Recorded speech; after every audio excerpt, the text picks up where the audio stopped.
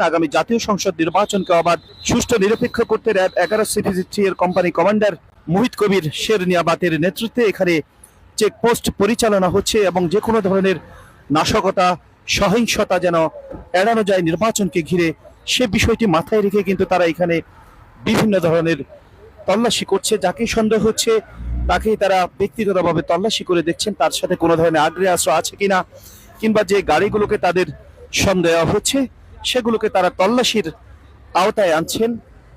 আপনারা দেখতে পাচ্ছেন র্যাব 11 সিপিসি এর যিনি কোম্পানি কমান্ডার মোহিত কবির শেরনিয়াবাতের নেতৃত্বে আজকের এই যে চেকপোস্ট সেটি পরিচালিত হচ্ছে।